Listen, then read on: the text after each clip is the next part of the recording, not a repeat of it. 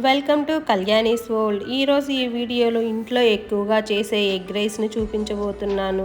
నిజానికి నేను చాలా రకాలుగా ఈ రైస్ని చేస్తుంటాను, కానీ ఈరోజు ఈ వీడియోలో మాత్రం క్విక్గా, టేస్టీగా, పిల్లల నుంచి పెద్దల రుచికి అనుగుణంగా అప్పటికప్పుడు చేయాలంటే ఇలా చేస్తాను.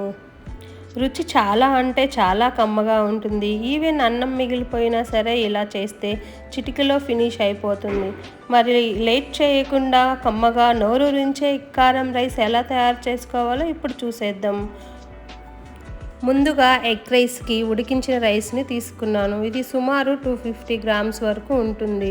ఇలా ఉడికించిన అన్నంలోకి టేస్ట్కి సరిపడా ఉప్పు, ధనియా పొడి, కారం తీసుకుని వీటిని అన్నంలో బాగా కలిసేలా ఇలా కలిపి పక్కన పెట్టుకోండి. స్టవ్ ఆన్ చేసి ప్యాన్లోకి 1-2 టేబుల్ స్పూన్స్ వరకు ఆయిల్ తీసుకొని ఆయిల్ వేడయ్యాక సన్నగా తరిగిన ఉల్లిపాయ ముక్కలు, అలాగే 3 లేదా 4 పచ్చిమిర్చి ముక్కలు వేసుకొని ఫ్రై చేసుకుందాం.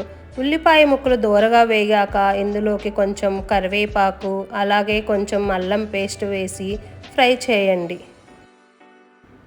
ఇదంతా కూడా బాగా ఫ్రై అయ్యాక ఇందులోకి కొంచెం పసుపు వేసుకుని ఒకసారి కలిపి ఇలా కలిపిన ఉల్లిపాయని సైడ్కి అనండి. ఇలా ఒక సైడ్కి అన్నాక ఇందులోకి కొంచెం ఆయిల్ని తీసుకొని ఎగ్స్ని యాడ్ చేసుకుందాం. ఇక్కడ నేను 4 గుడ్లను తీసుకుంటున్నాను. మీకు ఇంకొంచెం ఎక్కువగా కావాలంటే 1 లేదా 2 గుడ్లను తీసుకోవచ్చు. ఇందులోకి కొంచెం ఉప్పుని తీసుకొని ఇదంతా కూడా కొంచెం ఫ్రై అయ్యే వరకు వదిలేయండి. 1 నిమిషం తర్వాత స్లోగా మిక్స్ చేస్తూ ఫ్రై చేసుకుందాం. అంటే ఎగ్స్ అనేవి మరీ చిన్న చిన్న ముక్కలుగా కాకుండా కాసేపటి తర్వాత ఇలా ఫ్రై చేసామంటే పీసెస్ కొంచెం పెద్దగా అక్కడక్కడ కనపడతాయి.